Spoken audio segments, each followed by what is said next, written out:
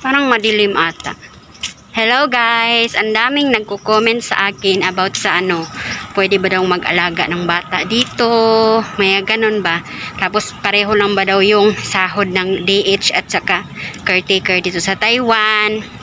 So sinagot ko na yun sa nila, sa comment. Sinagot ko na kasi lahat ng mga comment nyo guys, sinasagot ko talaga yan kapag nakikita ko. Kasi minsan matagal ko lang silang makita dahil may ginagawa tayo. Busy din ako sa trabaho. Kaya minsan pag nasilip ko yung comment nyo, nagre-reply talaga ako. So yung mga sinagot ko lang doon is pareho lang naman siya, pareho yung sahod pag naging, pero hindi naman kasi DH talaga yung trabaho dito guys. Yung alam ko kasi bawal yan yung alam ko bawal talaga yung DH dito kasi yung trabaho pag sinabing pupunta ka sa Taiwan, yung trabaho talaga is mag-alaga ng matanda. At saka meron ding nagtanong na about naman sa bata na alaga. Pwede ba daw siyang mag-request na bata yung alagaan niya? Kasi siguro nakita niya yung videos ko. May mga video kasi ako nung alaga akong bata. So noon, baby yung alaga ko.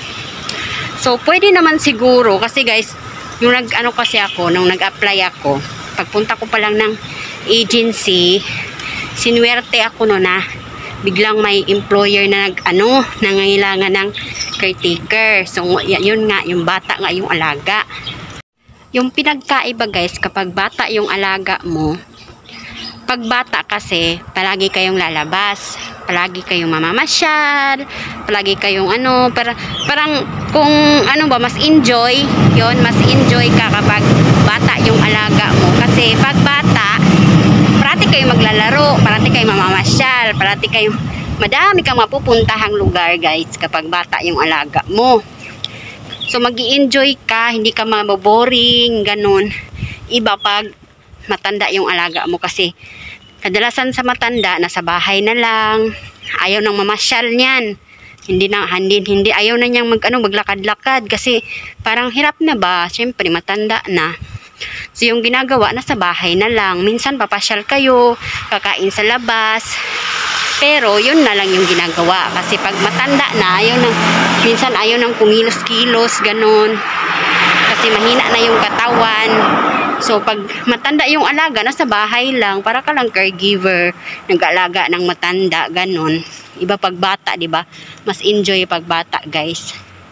Base experience ko, pag bata yung alaga mo, yung tulog mo, depende na lang din siguro, no? Kasi kapag baby pa yung alaga mo, mostly may kadalasan pa. Kapag bata yung alaga mo, yung tulog mo, kadalasan yan is 10 or 11 PM, saka ka makakapagpahinga, saka ka makakatulog. Parang ganun, may dumaan na saka ka makakatulog. So, yung mo, pahinga mo, matagal. Iba pag matanda. Yung experience ko kasi dati, so, ibabase ko lang to sa experience ko, ha. Yung mga bata pa yung alaga ko, natutulog ako noon ng mga 11 PM sa gabi. Kasi yung mga alaga ko, natutulog yun ng 10. Pinapatulog ko sila ng 10 PM. Tapos, natutulog yan ng mga 11. So, isang oras din kung patulugin. Kasi, naglalaro-laro pa yan. Ang dami pang mga ginagawa. Tapos, nung lumipat naman ako dito kay Lola, yung lola ko, ang agang matulog, guys. Yung parang 5 pa lang, 5:30 pa lang ng hapon, hindi pa yan gumagabi, kumakain na kami ng hapunan. Tapos 6 to 6:30, pahinga na yan, gusto matulog na yan, gusto niyang matulog.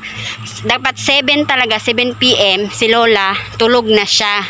Kaya mga 6:30 sa 7, pahinga ko na yan, wala na akong trabaho.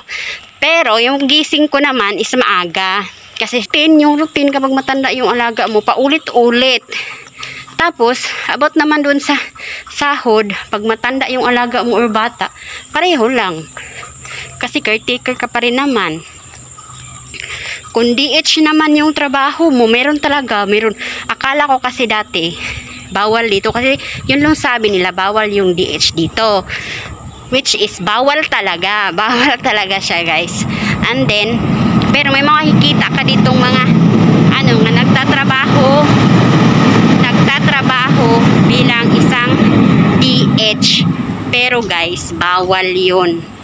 Pag nahuli ka, nagtatrabaho ka ng ano, katulong, wala kang alaga, bawal yun. Anuhin ka ng labor nun, baka pamumultahin yung amo mo.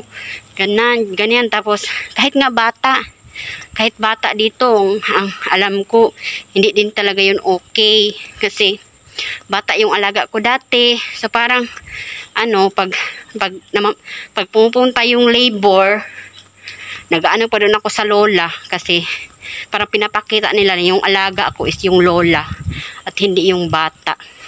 Kasi dito talaga guys, yung trabaho is caretaker, matanda yung alaga.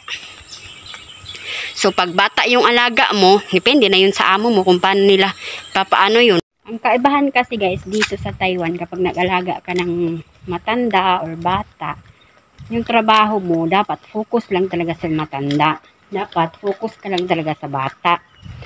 Depende na yun sa amo mo kapag ano, may paggawin siya sa kapag palutuin ka niya, ganyan. Kasi ako dati, nagluluto din ako.